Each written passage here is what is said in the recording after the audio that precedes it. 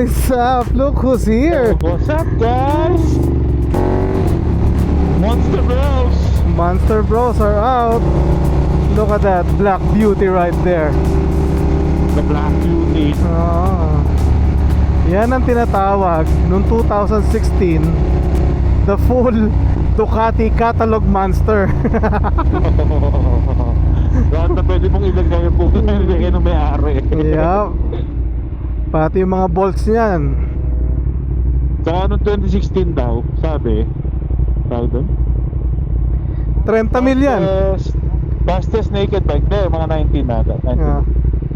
Parang fastest naked bike ng Ducati Yan.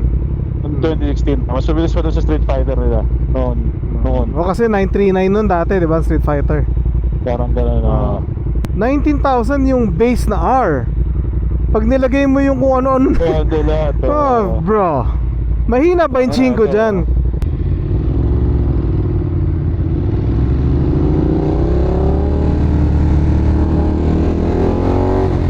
Sakto.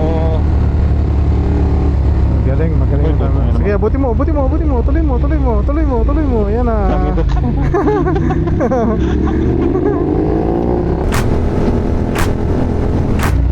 Oh, ang yuta. Wala kang i-heal dyan, boy.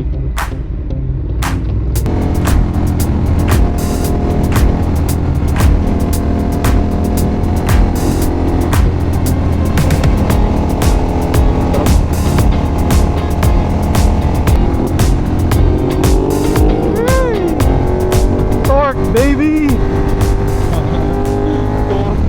Ang ano ito ma-ride mo eh. Kung makita mo yung difference ng up pump sa walang up pump eh. Meron yan, I'm sure. Alam eh, kung meron eh. 10%, Pero ito tulad 10% power increase, meron yan. O hindi lang, 10 yung stock. 10 yung stock. Tapos up map. Ewan ko lang din. Siguro sa dulo. Oo. Pero sa torque, feeling ko pareho lang eh. Sarap din na naka-flat foot sa stop light. Para yung feeling mo dyan, ganito yung feeling ko kasi mas mababa to eh.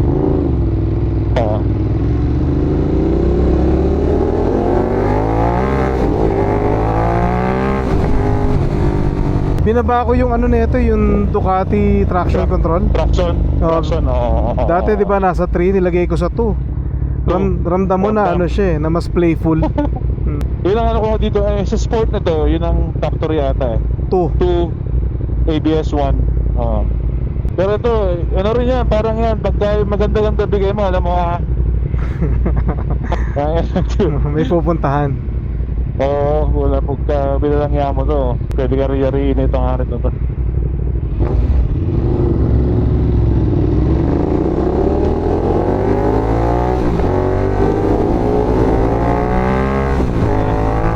Parang gusto mag-wheel spin ng motor na Kaya nga,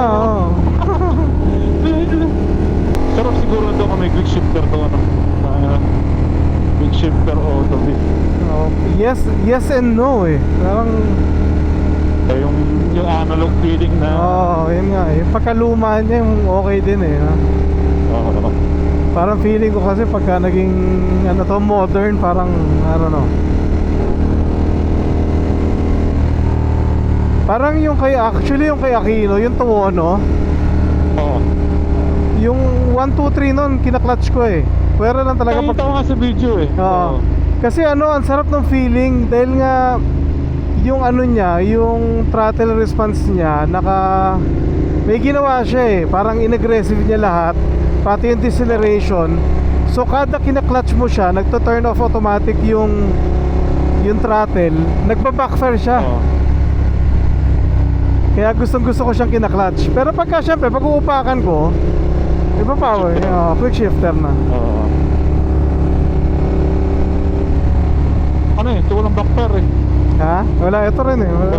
Ito minsan meron, minsan wala eh. Ano yung up map niyan? Ducati kaya? Or Ducati up map. I mean feeling ko kasi ito nung nilabas ng dealer tapos na lahat eh. Nagawa na lahat. Kasi kasi ito yung exhaust na binibenta ng dealer eh. So, Oo nga. Parang yung sa Hyper mo din, di ba? Ganon. oo, parang gano'n. Racing kuno.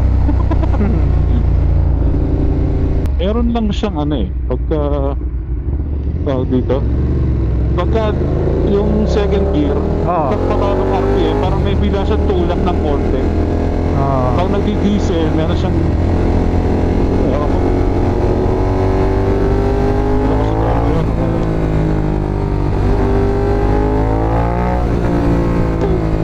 Ingay!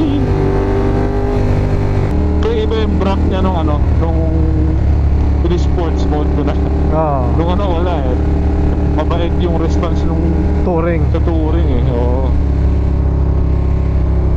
Pagka nung nag-sport sa flip, ganda lang ano eh, ganda lang flip niya eh.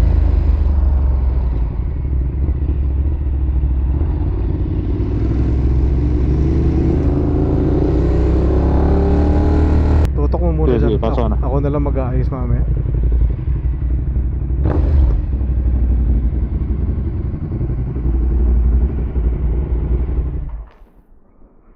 Wala na naman ilaw. Sira.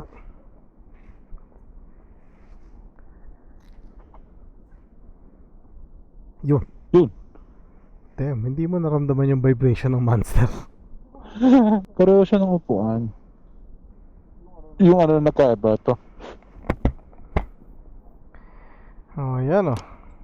Monster Bros, Vespa Bros, Multistrada Bros. Baka next Cut pa. oh, Puta na. baka next year. Baka next year Type R Bros. All right, bye-bye vlog. That's a very short one. Battery status 25%. Alright guys, that's it. We'll see you guys on the next video. Konting ride lang kami ni Omark TV. Nakita kami sa Red Rock. Pero hindi na natin vinalag yun kasi nagsawa na kayo dun sa Red Rock na yun. So, ini-start ko na lang yung vlog niya nung pauwi na kami. But yeah, we'll see you guys on the next one. Maraming salamat. God bless. And be a blessing to one another. Bye. Peace!